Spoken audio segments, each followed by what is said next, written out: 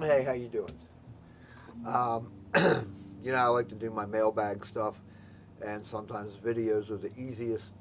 Um, I've seen a lot of people on Sire posting videos where they are basically boosting the hell out of bass and treble, so you end up with a scoop sound.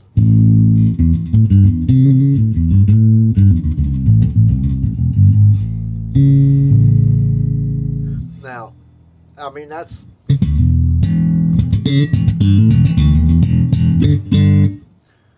a great slap sound, but everybody isn't a slap player.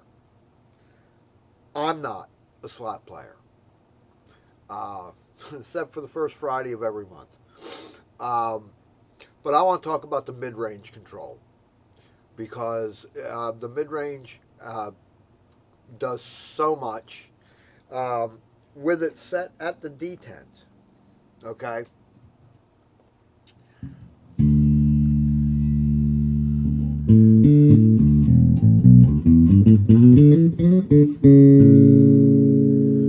it's pushed all the way, and even though we were pushing that frequency, it almost hollows it out.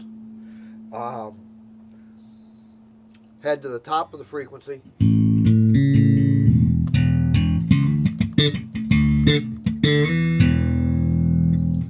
Basically does with pushing bass and treble and leaving the mid-range flat.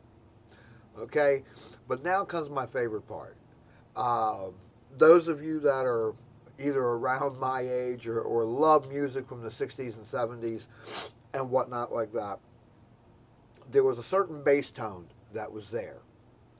And a lot of that bass tone was because when they were cutting albums, frequencies under 90 hertz would make the needle jump when they were cutting the the albums individually.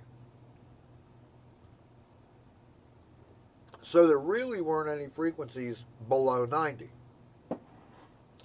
Yet the basses always seemed to be really punchy and whatnot like that. Sire's figured out, well, they haven't figured out how to do it, but it's at your availability. I like to take the mid frequency all the way to the bottom, okay? Um, Without the preamp on,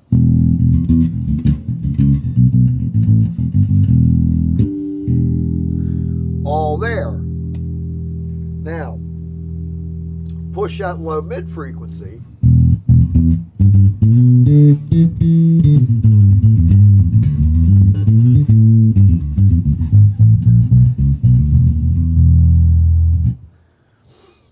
The entire bass gets fat.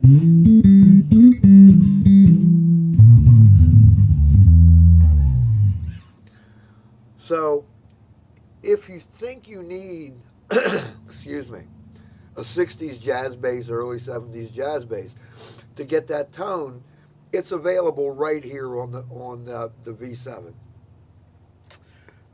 Without it, without the preamp on,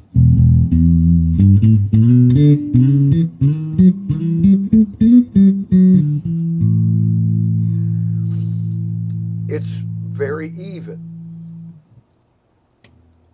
Preamp on and push that low mid frequency,